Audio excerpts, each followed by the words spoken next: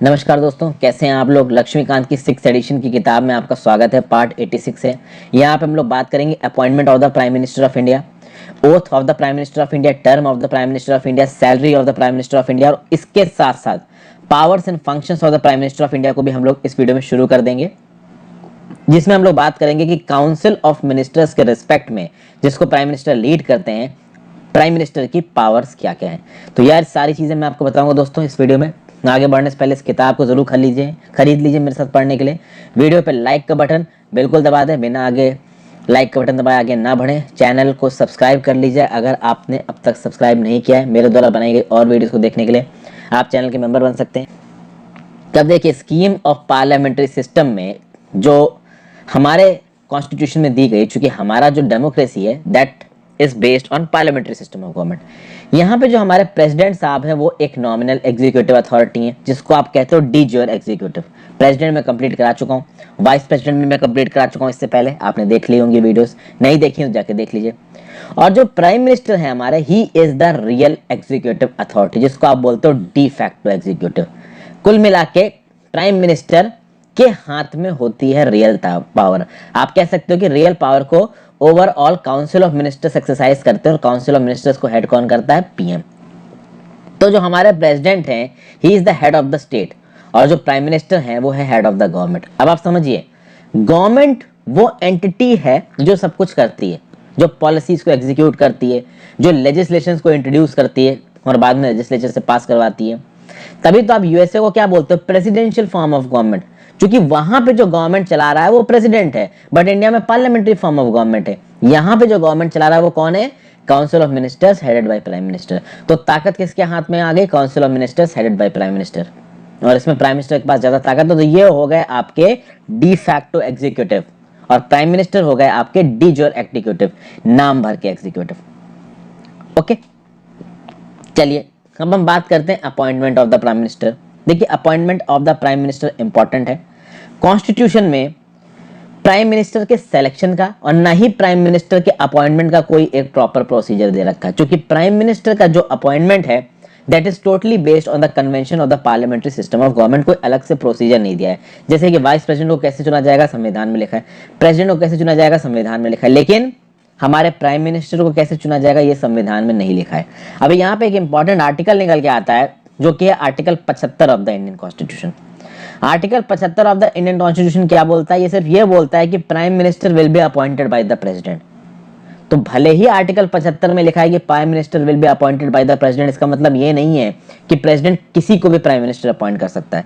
President के ऊपर भी कुछ रेस्ट्रिक्शंस है कि कुछ पार्लियामेंट्री कन्वेंशंस के हिसाब से प्राइम मिनिस्टर को अपॉइंट करना पड़ेगा। तो अब बात यह है कि हमारी पार्लियामेंट्री डेमोक्रेसी है, और इस पार्लियामेंट्री डेमोक्रेसी के अंदर जनरल इलेक्शंस होते हैं हर 5 साल पे लोकसभा के। लोकसभा में पूरे देश भर से लोग चुन के आते हैं, और वो जो देश भर से लोग चुन के आते हैं, वहां पे जो पॉलिटिकल पार्टीज होती हैं, वहां पे जिस पॉलिटिकल पार्टी को, या आप कह सकते हो जिस पॉलिटिकल कोalition को सबसे ज्यादा सपोर्ट मिलेगा वो सरकार बनाएगी। तो अभी के लिए बात की जाए तो किस पॉलिटिकल पार्टी के पास सबसे ज्यादा वोट हैं? तो भारतीय जनता पार्टी। किस कोalition के पास सबसे ज्यादा वोट हैं? तो नेशनल डेमोक्रेटिक अलायंस। 2014 से पहले क्या था? 2004 से लेकर 9 तक और 2009 से लेकर 14 तक जो मेजॉरिटी पार्टी थी जिसके पास सबसे ज्यादा वोट थे वो कौन सी थी? Indian national Congress. और सरकार किसने बनाई? यूनाइटेड प्रोग्रेसिव अलायंस, यूपीए ने।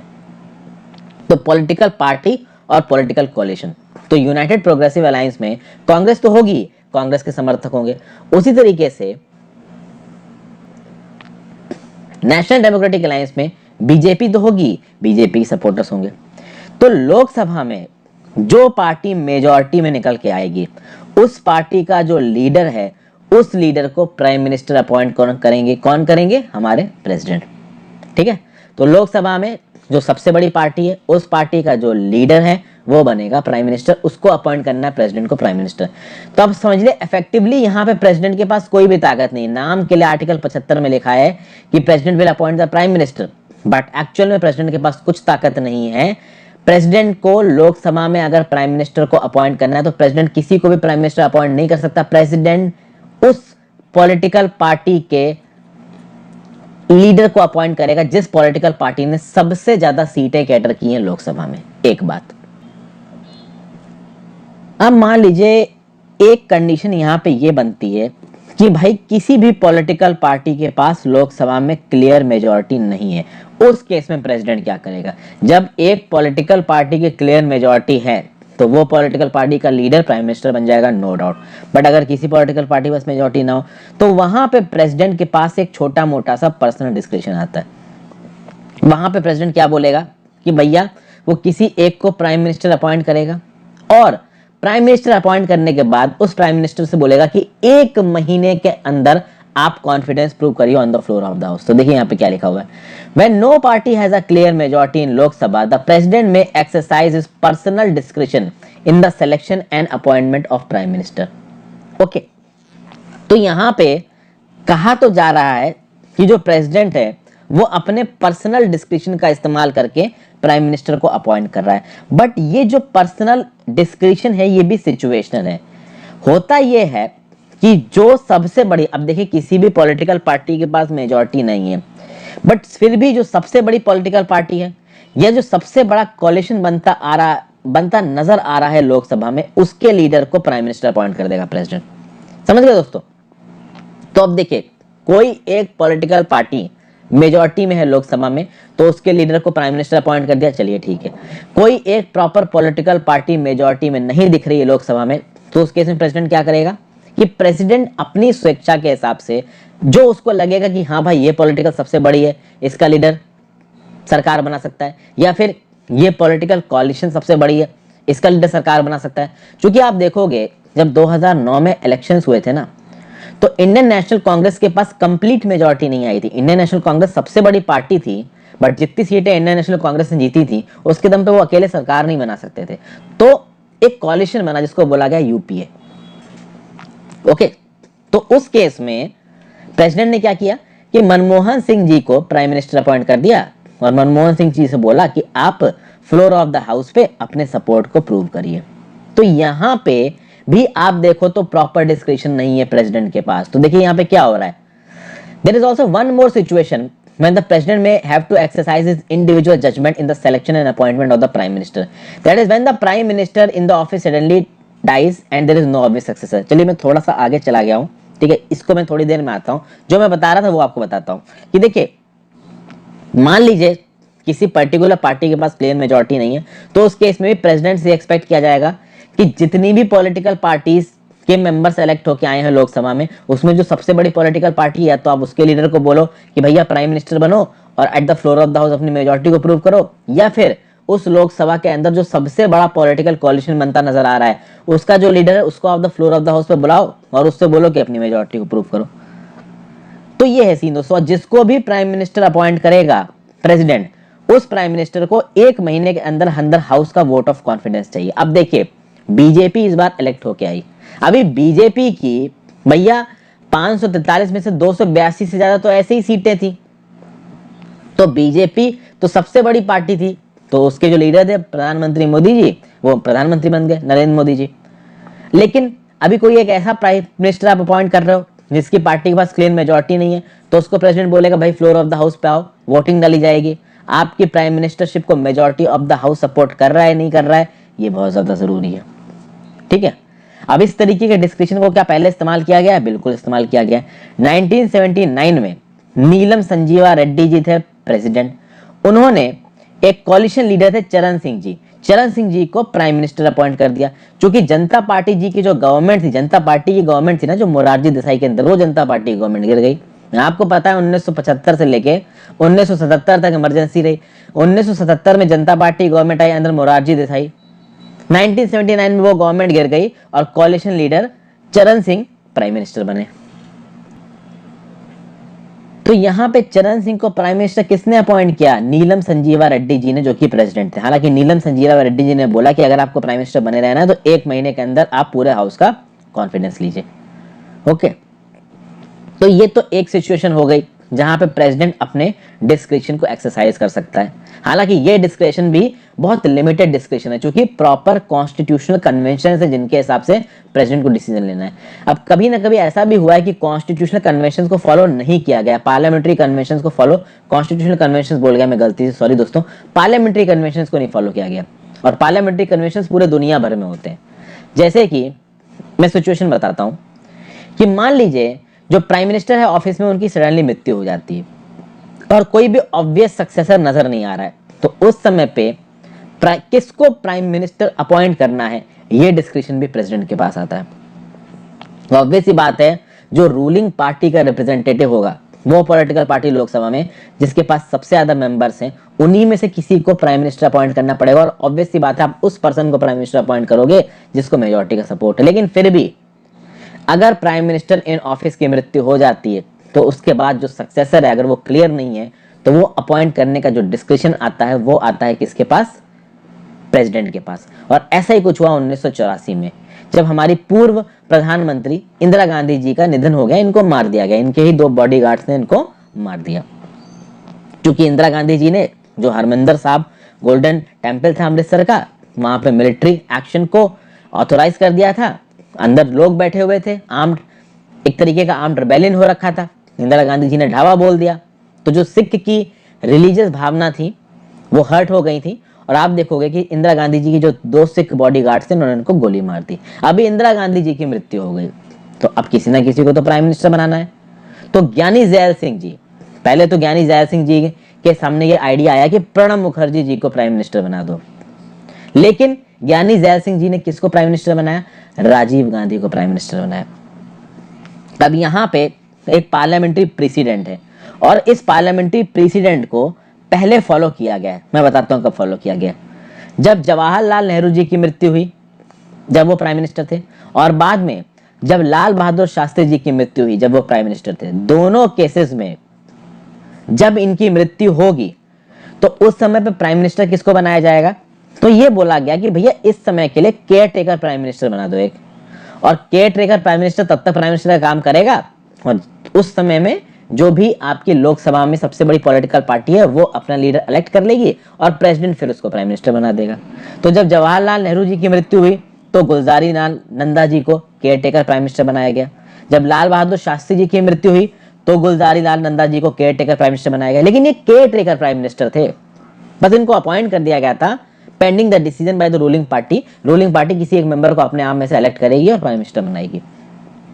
तब तक के लिए ये केयर टेकर प्राइम मिनिस्टर चीजों को देखेगा। लेकिन यहाँ पे ज्ञानी जैल सिंह जी ने 1984 में ज्ञानी जैल सिंह जी ने ये जो केयर टेकर प्राइम मिनिस्टर वाली चीज थी, इसको बिल्कुल ही हटा दिया। उन्होंने सीधे सीधे राजीव गांधी जी को प्राइम मिनिस्टर अपॉइंट कर दिया। वो अलग बात है कि बाद में राजीव गांधी जी को कांग्रेस पार्टी की तरफ से पूरा सपोर्ट मिला, चूंकि डायनेस्टी पॉलिटिक्स है भाई। ठीक, इंदिरा गांधी जी के वो बेटे हैं, तो इंदिरा गांधी जी के बेटे हैं, तो ऑब्वियस सी बात है प्राइम मिनिस्टर वही बनेंगे। नेपोटिज्म केवल बॉलीवुड में नहीं है, नेपोटिज्म हर जगह है। तो फिर आप देखोगे कि राजीव गांधी जी लीडर बन जाएंगे यहाँ पे।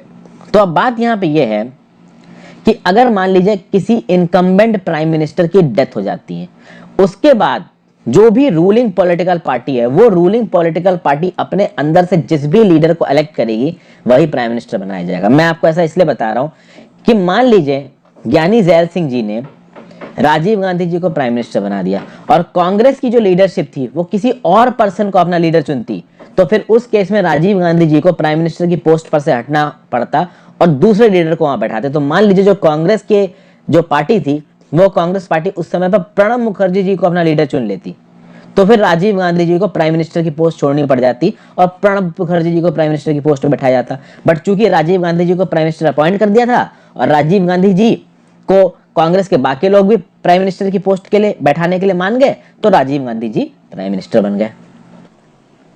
फिर भाई यहाँ पे दिल्ली हाईकोर्ट प्ले में आ रही है। 1980 में दिल्ली हाईकोर्ट ने बोला कि देखिए, संविधान में ऐसा कुछ नहीं लिखा है कि किसी पर्सन को अगर आपको प्राइम मिनिस्टर अपॉइंट करना है, तो प्राइम मिनिस्टर अपॉइंट करने से पहले उसे लोकसभा में अपनी मेजॉरिटी स्थापित करनी हो। आप उसको प्राइम मिनिस्टर पहले अपॉइंट कर दो। प्राइम मिनिस्टर अपॉइंट करने के बाद आप उससे बोलो कि एक रीजनेबल पीरियड में आप लोकसभा के फ्लोर पे अपनी मेजॉरिटी को स्थापित करिए, और ये रीजनेबल पीरियड अभी के लिए बोला गया है 1 महीना। तो दिल्ली हाईकोर्ट ने बोला है कि संविधान के प्रोविजंस के हिसाब से इन्फर करते हुए कि आपको एक प्राइम मिनिस्टर को अपॉइंट करने से पहले लोकसभा के फ्लोर पे उसकी मेजॉरिटी को साबित करने की जरूरत नहीं, आप पहले अपॉइंट करिए, बाद में मेजॉरिटी को साबित करिए। इस तरीके से बहुत से प्रधानमंत्री इंडिया में अपॉइंट किए गए। तो चरण सिंह जी 1979 में, वीपी सिंह 1989 में, चंद्रशेखर जी 1990 में, पीवी नरसिम्हा राव 1991 में, अटल बिहारी वाजपेयी 1996 में, देवी गौड़ा जी 1996 में, इंदर कुमार गुजराल जी 1997 में और फिर से अटल बिहारी वाजपेयी जी 1998 में। इस तरीके से ये लोग प्राइम मिनिस्टर अपॉइंट किए गए थे। ओके, फिर 1997 में सुप्रीम कोर्ट ने क्या बोला कि देखिए, एक ऐसा पर्सन जो कि ना लोकसभा का मेंबर हो ना राज्यसभा का मेंबर हो, उसे अगर प्राइम मिनिस्टर अपॉइंट करना हो तो आप प्राइम मिनिस्टर अपॉइंट कर सकते हो, नो प्रॉब्लम। लेकिन अगर आप एक ऐसे मेंबर को प्राइम मिनिस्टर अपॉइंट करते हो जो ना राज्यसभा का मेंबर है ना लोकसभा का मेंबर है, तो प्राइम मिनिस्टर अपॉइंट होने के 6 महीने के अंदर अंदर उसे या तो राज्यसभा की मेंबरशिप लेनी होगी या लोकसभा की मेंबरशिप लेनी होगी। अगर उसने नहीं ली तो फिर वो प्राइम मिनिस्टर नहीं रहेगा। और टेक्निकली प्राइम मिनिस्टर दोनों में से किसी हाउस का भी हो सकता है, तो वो लोकसभा का भी हो सकता है, वो राज्यसभा का भी हो सकता है। अभी ऐसा मैं क्यों बता रहा हूं, क्योंकि अगर आप ब्रिटेन में चले जाओ, इंग्लैंड में चले जाइए, तो इंग्लैंड में अगर किसी को प्राइम मिनिस्टर बनना है तो लोअर हाउस का होना पड़ेगा, हाउस ऑफ कॉमन्स का होना पड़ेगा। अपर हाउस वाला प्राइम मिनिस्टर नहीं बन सकता। बट इंडिया में चाहे आप लोअर हाउस के मेंबर हो चाहे अपर हाउस के मेंबर हो, आप प्राइम मिनिस्टर बन सकते हो। तो तृणमूल कांग्रेस के एमपी डेरेक ओब्रायन राज्यसभा के मेंबर हैं, बट वो चाहे तो प्राइम मिनिस्टर बन सकते हैं अगर उनको बीजेपी पार्टी सपोर्ट दे दे तो। बस एक एग्जांपल के तौर पर बता रहा हूँ। इंदिरा गांधी जी 1966 में जब प्राइम मिनिस्टर बनी तो राज्यसभा के मेंबर थी। मनमोहन सिंह जी 2004 में जब प्राइम मिनिस्टर बने राज्यसभा के मेंबर थे। एच.डी. देवेगौड़ा जी 1996 में जब प्राइम मिनिस्टर बने तो राज्यसभा के मेंबर थे। ठीक है, आ जाते हैं ओथ, टर्म एंड सैलरी। जैसे ही प्राइम मिनिस्टर साहब ऑफिस में आएंगे, प्रेसिडेंट उनको ओथ दिलाएंगे, किसकी? Oath of office and oath of secrecy. Office मतलब जो यूनियन मिनिस्टर्स को ओथ दिलाई जाती है वही प्राइम मिनिस्टर को ओथ दिलाई जाएगी। इस ओथ को हम लोग चैप्टर नंबर 20 में देखेंगे। और चैप्टर नंबर 20 अगला ही चैप्टर है, तो ज्यादा आपको रुकने की जरूरत नहीं। अभी ओथ चलो मैं आपको प्राइम मिनिस्टर की यहाँ पे बताता हूँ। पहला है to bear true faith and allegiance to the constitution of India, to uphold the sovereignty and integrity of India, to faithfully and conscientiously discharge the duties of office, to do right to all manner of people in accordance with the constitution and the law without fear or fear, affection और ill will। तो ये तो हो गए oath of office और secrecy. Oath of secrecy दोस्तों ये होता है कि प्राइम मिनिस्टर को ये कसम दिलाई गई है कि आप अपनी ऑफिशियल कैपेसिटी में जो भी काम करते हैं या प्राइम मिनिस्टर होने के नाते, यूनियन मिनिस्टर होने के नाते आपको कोई एक ऐसी इंफॉर्मेशन दी जाती है जो कि आपको सीक्रेट रखनी है, किसी को बतानी नहीं है। देखिए, यूनियन मिनिस्टर प्राइम मिनिस्टर होने के नाते कुछ ऐसी इंफॉर्मेशन होती है जो आपको रेगुलरली पब्लिक को बतानी है, पब्लिक के सामने आना है, बात करनी है। तो वो इंफॉर्मेशन तो आप दे सकते हो, लेकिन देश की यूनिटी के लिए, सोवरेनिटी के लिए, एडमिनिस्ट्रेशन के चलाने के लिए, गवर्नेंस के चलाने के लिए अगर ऐसी कोई चीज है जो आपको अपनी तरफ सीक्रेट रखनी है, किसी को नहीं बतानी, तो आप बता नहीं सकते हैं। इसके लिए खिलाई जाती है क्या? Oath of secrecy. ये आप ना तो डायरेक्टली कम्युनिकेट करेंगे और ना ही डायरेक्ट इनडायरेक्टली कम्युनिकेट करके किसी को एक ऐसी चीज बताएंगे जो किसी को बताई नहीं जानी है, as your duty as a minister. Okay, prime minister के टर्म की बात की जाए तो देखिए, प्राइम मिनिस्टर का कोई टर्म नहीं। जैसे प्रेसिडेंट के 5 साल का टर्म है, वाइस प्रेसिडेंट के 5 साल का टर्म है, कैग का टर्म है, चीफ इलेक्शन कमिश्नर का टर्म है, आपके प्राइम मिनिस्टर का कोई टर्म नहीं है। क्यों टर्म नहीं है? क्योंकि प्राइम मिनिस्टर इलेक्टेड मेंबर है। तो इलेक्टेड मेंबर है तो टर्म क्यों नहीं है? जब तक इलेक्टोरेट का कॉन्फिडेंस प्राइम मिनिस्टर के साथ है तब तक वो प्राइम मिनिस्टर रहेगा, तब से नहीं तो उसको हटा दिया जाएगा। तो जब तक प्राइम मिनिस्टर के पास लोकसभा में मेजॉरिटी सपोर्ट है वो प्राइम मिनिस्टर रहेगा, उसको प्रेसिडेंट हटा नहीं सकता। द मोमेंट लोकसभा का सपोर्ट चला गया मतलब प्रेसिडेंट उसको डिसमिस कर सकता है। और इस बेसिस पे वीपी सिंह को 1990 में डिसमिस किया गया था और एच.डी. देवेगौड़ा जी को 1997 में डिसमिस किया गया था। एक्चुअली डिसमिस क्या किया गया था, उन्होंने खुद ही रिजाइन कर दिया। रिजाइन नहीं करते तो डिसमिस हो जाता, क्योंकि लोकसभा का सपोर्ट उनके पास था नहीं। सैलरीज और अलाउंसेज ऑफ प्राइम मिनिस्टर और बाकी यूनियन मिनिस्टर पार्लियामेंट डिसाइड करता है फ्रॉम टाइम टू टाइम। इससे एक्स्ट्रा इनको कुछ अलाउंसेज मिलते हैं, travelling, medical, accommodation, foreign travel मिलते हैं बहुत सारे। देखिए हमारे मोदी साहब कहाँ कहाँ गए हैं, ठीक है, 58 कंट्रीज घूम चुके हैं। तो भैया इससे बेटर तो कहीं टूरिज्म ना हो पाएगा। चलिए, powers and functions of the prime minister की बात करते हैं। तो सबसे पहले हम लोग बात करेंगे in relation to the council of ministers. यहाँ पे वही चीजें हैं दोस्तों जो अभी तक मैंने आपको समझा दी, आप चाहो तो इनको पढ़ लो पॉज करके। अब चलिए, in relation to the council of ministers, आपको पता है सेंटर में सरकार चलाने के लिए एक है काउंसिल ऑफ मिनिस्टर, और इसके हेड पे कौन बैठा है? इसके हेड पे बैठा है आपका प्राइम मिनिस्टर। ओके, तो council of ministers headed by prime minister. Prime minister is the head of council of minister. तो कुल मिला के बात यह है कि अगर काउंसिल ऑफ मिनिस्टर में किसी को as a cabinet minister appoint करना है तो ये कौन करेगा? ये करेगा प्रेसिडेंट। लेकिन क्या प्रेसिडेंट अपने मन के हिसाब से करेगा? नहीं, प्रेसिडेंट को प्राइम मिनिस्टर बोलेगा कि आप इसको होम मिनिस्टर बनाओ, आप इसको फाइनेंस मिनिस्टर बनाओ, इसको रेवेन्यू मिनिस्टर बनाओ, ठीक है। तो ये प्रेसिडेंट को कौन बताएगा? प्राइम मिनिस्टर बनाएगा। तो प्रेसिडेंट केवल उन लोगों को मिनिस्टर्स अपॉइंट कर सकता है जिनका नाम प्राइम मिनिस्टर ने रिकमेंड किया है। जिनका नाम प्राइम मिनिस्टर ने रिकमेंड नहीं किया, प्रेसिडेंट उनको अपने हिसाब से कोई सीट नहीं दे सकता। अलग अलग मिनिस्टर्स के बीच में पोर्टफोलियो को एलोकेट करना, रिशफल करना, तो ये होम मिनिस्ट्री, ये फाइनेंस मिनिस्ट्री, ये एक्सटर्नल अफेयर्स मिनिस्ट्री, ये road transport and highways ministry, ये हेल्थ मिनिस्ट्री, ये सब कौन करेगा? प्राइम मिनिस्टर करेंगे। अगर मान लीजिए कोई मिनिस्टर प्राइम मिनिस्टर की बात नहीं सुन रहा है, उसको उसकी पोस्ट से हटाना है, तो प्राइम मिनिस्टर साहब क्या बोलेंगे प्रेसिडेंट को? देखिए, पहली बात तो प्राइम मिनिस्टर उस मिनिस्टर से बोल रहा है रिजाइन करो, मिनिस्टर प्राइम मिनिस्टर की बात मान भी नहीं रहा और रिजाइन भी नहीं कर रहा, तो उस केस में प्राइम मिनिस्टर प्रेसिडेंट साहब से बोलेंगे इसको डिसमिस करो, और प्रेसिडेंट को डिसमिस करना पड़ेगा। काउंसिल ऑफ मिनिस्टर में कौन सा पोर्टफोलियो किसके पास रहेगा? ये सिर्फ प्राइम मिनिस्टर का प्रोरोगेटिव है, ठीक है। जब भी काउंसिल ऑफ मिनिस्टर की मीटिंग होगी, इसको हेड कौन करेगा? प्राइम मिनिस्टर हेड करेगा। उसके डिसीजंस में एक मेजर रोल किसका होगा? प्राइम मिनिस्टर का होगा। मिनिस्टर्स की एक्टिविटीज को गाइड करना, उनको दिशा दिखाना, उनको कंट्रोल करना, कोऑर्डिनेट करना, मिनिस्टर्स के बीच में एक बैलेंस बना के रखना, एक्टिविटीज को सिंक्रोनाइज करना, हार्मोनाइज करना, ये सब प्राइम मिनिस्टर का काम है। और अगर प्राइम मिनिस्टर रिजाइन कर देता है ऑफिस से, तो काउंसिल ऑफ मिनिस्टर्स भी ऑटोमेटिकली डिसॉल्व हो जाएगा। ओके, अगर मान लीजिए प्राइम मिनिस्टर की अनफॉर्चुनेटली मृत्यु हो जाती है, तो ऐसा नहीं कि काउंसिल ऑफ मिनिस्टर्स रहेगा, काउंसिल ऑफ मिनिस्टर्स भी ऑटोमेटिकली डिसॉल्व हो जाएगा, ठीक है दोस्तों। तो the death of an incumbent prime minister automatically dissolves the council of ministers. तो केवल डेथ से नहीं, अगर मान लीजिए प्राइम मिनिस्टर रिजाइन कर देते हैं तो भी council of ministers automatically dissolve हो जाएंगे। ओके दोस्तों, तो आप समझिए यहाँ पे प्राइम मिनिस्टर के बिना काउंसिल ऑफ मिनिस्टर्स चल नहीं सकते। तो प्राइम मिनिस्टर गया तो काउंसिल ऑफ मिनिस्टर भी गया, लेकिन काउंसिल ऑफ मिनिस्टर में से कोई एक मिनिस्टर मान लीजिए चला गया, तो कल की डेट में किसी काउंसिल ऑफ मिनिस्टर में से किसी एक मिनिस्टर की मौत हो जाती है, तो कैबिनेट पे कोई भी फर्क नहीं पड़ेगा। तो बस एक वैकेंसी बनेगी और उस वैकेंसी को कभी भी फुलफिल किया जाता है। तो प्राइम मिनिस्टर मरते हैं तो पूरी काउंसिल ऑफ मिनिस्टर्स गई, ठीक है ना, नई काउंसिल ऑफ मिनिस्टर्स लेके आनी पड़ेगी। अब उस केस में आप बोलोगे क्या फिर से इलेक्शन कराने पड़ेंगे? नहीं, फिर से इलेक्शन नहीं कराने। तो मान लीजिए कि अनफॉर्चुनेटली प्राइम मिनिस्टर की मृत्यु हो जाती है, प्राइम मिनिस्टर साहब रिजाइन कर देते हैं, तो उस केस में काउंसिल ऑफ मिनिस्टर्स गिर जाएगा, ठीक है। लेकिन भाई वोट डाल के तो लोग आए हैं ना, लोकसभा तो है ना, तो लोकसभा में जो मेजॉरिटी पार्टी है वो फिर से on the floor of the house, ठीक है। पहली बात तो मेजॉरिटी पार्टी से कोई लीडर निकलेगा, वो मेजॉरिटी पार्टी अपने अंदर से कोई लीडर अपॉइंट करेगी, उस लीडर को फ्लोर पे बुलाया जाएगा, उससे बोला जाएगा अपनी मेजॉरिटी को प्रूव करो, वो मेजॉरिटी को प्रूव करेगा और फिर अपनी काउंसिल ऑफ मिनिस्टर्स बनाएगा। तो ये है दोस्तों काउंसिल ऑफ मिनिस्टर्स के टर्म्स में, प्राइम मिनिस्टर के बिना काउंसिल ऑफ मिनिस्टर नहीं चल सकती। हाँ, काउंसिल ऑफ मिनिस्टर में से कोई मिनिस्टर खत्म हो जाता है तो इससे काउंसिल ऑफ मिनिस्टर पे कोई फर्क नहीं पड़ेगा, सिर्फ एक वैकेंसी क्रिएट होगी जिसको प्राइम मिनिस्टर चाहे तो भरे, चाहे तो खाली छोड़ दे।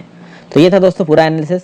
अगली वीडियो में हम लोग बात करेंगे powers and functions of the prime minister with respect to president, parliament, उसके कुछ और फंक्शंस को देखेंगे।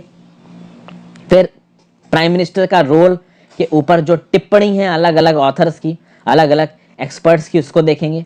आर्टिकल 74, 75, 78 को भी देखेंगे, और वो चीफ मिनिस्टर्स जो आगे चल के प्राइम मिनिस्टर बने उनको भी देखेंगे। तो thank you for watching this video friends, I hope कुछ सीखने को मिला होगा। Good bye.